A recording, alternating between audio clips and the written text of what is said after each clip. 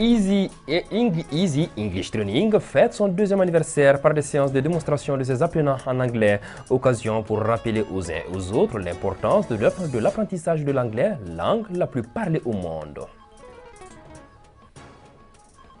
Le Conseil local de la jeunesse de Sébenikoro, en partenariat avec le CDQ, Comité de développement du quartier, organise un match pour rendre hommage aux anciens footballeurs du quartier.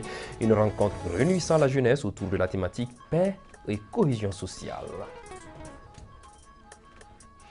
Voilà donc pour les titres de ce soir. Merci d'être présents très nombreux à ce rendez-vous d'information du RTM2. Bonsoir et bienvenue à tous. À la faveur de son deuxième anniversaire, le centre de formation en anglais Easy English Training a organisé une séance de démonstration des apprenants de ce centre. Pour l'occasion, les responsables ont insisté sur la nécessité de l'apprentissage de l'anglais, comptant près de 400 millions de locuteurs natifs et parlés par 1,6 milliard d'individus à travers le monde. Lala Diahara Touré. Faciliter l'intégration des plus jeunes dans un monde de plus en plus concurrentiel, voilà l'objectif que s'est assigné le centre de formation Easy English Training. Depuis sa création, il a déjà formé une centaine d'apprenants en anglais. Le centre fête ainsi sa deuxième année d'existence. La compétence linguistique est une étape importante du développement personnel. C'est une voie pour préparer les citoyens pour faire face à leur devenir. Et la langue est un élément culturel important dans ces combats-là. Et lorsqu'il s'agit encore de l'anglais, il y a un plus. Sinon, c'est une langue interplanétaire, incontournable. Oh, c'est l'anniversaire du centre qui nous réunit ici. Bon, vu qu'on a eu beaucoup d'activités à faire à travers le centre et à travers nos étudiants, donc on a voulu vraiment faire cet événement, faire voir aux gens vraiment que la langue anglaise a vraiment de l'importance et c'est vraiment normal aussi d'encourager nos jeunes vraiment de se diriger vers cet aspect-là. Cette réjouissance a été l'occasion pour les apprenants du centre de faire des démonstrations des notions apprises. Des apprenants qui déjà ont pris conscience que la maîtrise de cette langue pourrait être un atout non négligeable dans la réussite de leur vie professionnelle. J'ai décidé d'apprendre l'anglais parce que c'est vraiment important pour le futur, genre pour la carrière professionnelle. Peut-être travailler dans l'humanitaire. Je peux traduire des documents, parler avec les gens instantanément des fois, comme ça.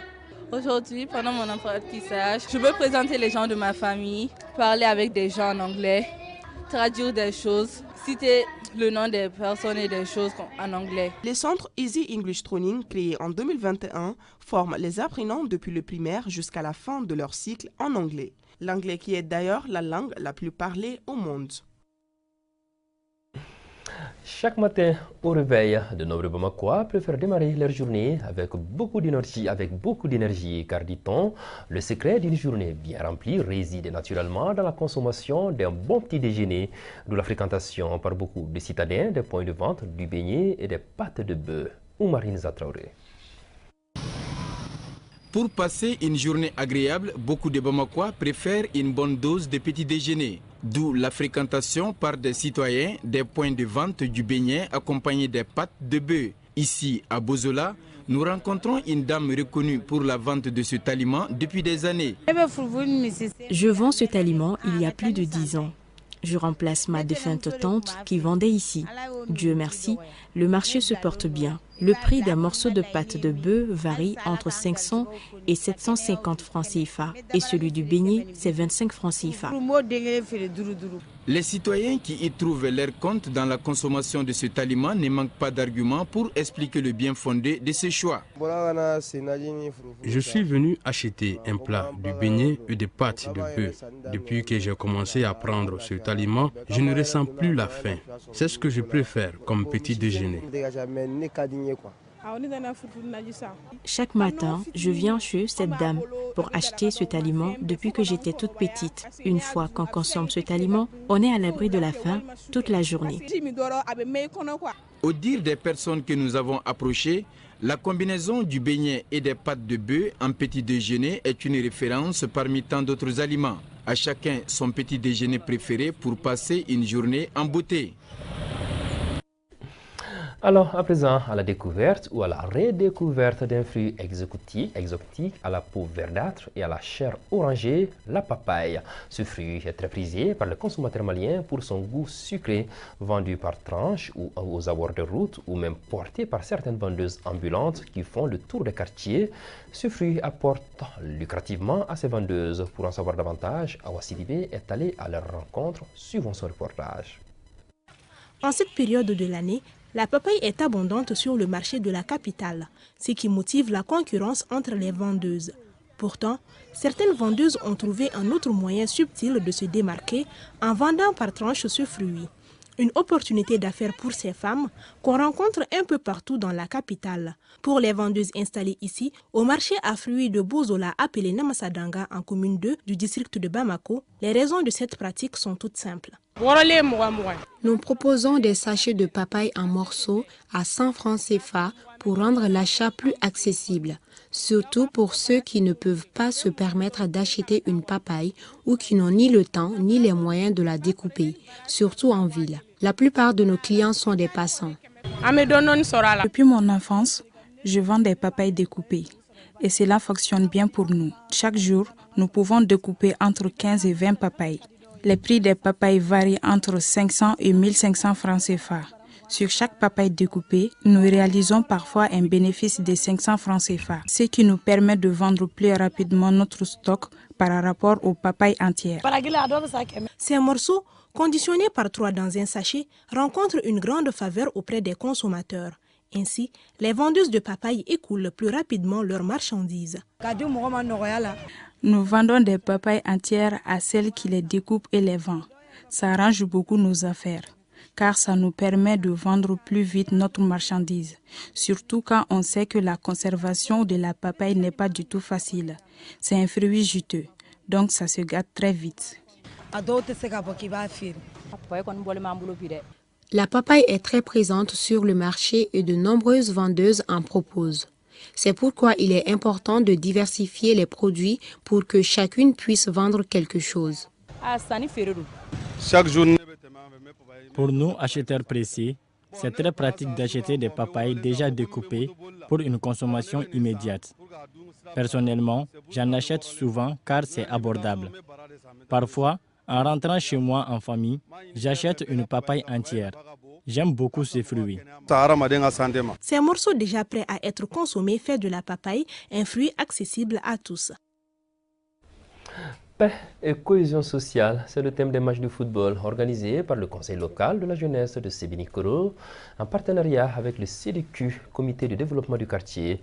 Un match pour rendre hommage aux anciens footballeurs du quartier. Aïssata Ditkumbakane. Commémorer la mémoire des anciens joueurs du foot du quartier de Sébinikoro et promouvoir la paix et la cohésion au sein de la jeunesse sont entre autres objectifs de ces mémorials qui a opposé l'AS Vétéran en jaune et les G98 de Sébinikoro. Nous avons initié cette activité à l'endroit de nos défunts joueurs qui ont vraiment mouillé les maillots pour le quartier, montrer à cette population que nous sommes une jeunesse consciente et que nous sommes conscients de notre devoir. Et c'est placer sous également la paix et la cohésion sociale afin que nous puissions aller dans le même sens et que nous puissions contribuer également au développement de notre quartier. Après les coups d'envoi, les 2 formations volontaires régalent le public avec du beau football plaisant et technique. Les 2 équipes se neutralisent 0-0 dans un match de 2 fois 30 minutes. Finalement, l'AS Vétéran l'emporte au tir au but 1-0. Les anciens joueurs qui sont décidés pour que tous les jeunes de Sébinikoro soient ensemble. C'est notre objectif. Pour l'occasion, plusieurs personnalités du quartier ont effectué les déplacements afin de réussir l'éclat de la rencontre. Et c'est le compôle adjoint de la police de la commune 4, Ndiaye Kone, juge d'instruction, qui a eu l'immense honneur de donner la coupe aux vainqueurs. Vivement la prochaine édition. Le championnat national de Kung Fu saison 2023 a connu son épilogue le dimanche 24 décembre 2023 à Sotiba. Au terme d'une soirée riche en démonstrations et en combats, les champions de la discipline catégorie moyen, grand et filles ont été connus. Des combattants de plusieurs régions du Mali étaient présents, mais également des délégations du Burkina Faso et de la Côte d'Ivoire.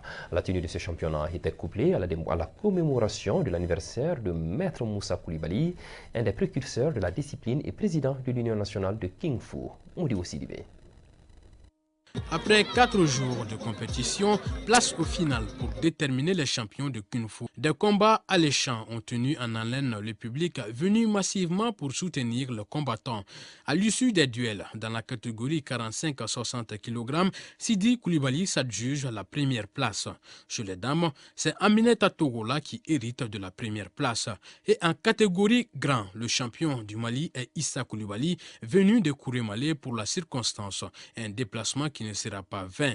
Ce 10e anniversaire du championnat national de Kung Fu était couplé à l'anniversaire de Maître Moussa Koulibaly. Ma joie est immense. Cela fait 10 ans que mes disciples organisent mon anniversaire. Cette reconnaissance me comble. Tout le Mali est représenté ici. Nous avons des délégations venues de plusieurs pays. Nous avons mis en jeu 3 trophées entre les jeunes. Cet élu communal souligne l'importance du sport en général et du karaté en particulier dans sa commune. D'abord, c'est la culture mentale, physique et sportive. Donc, c'est l'homme complet, quoi.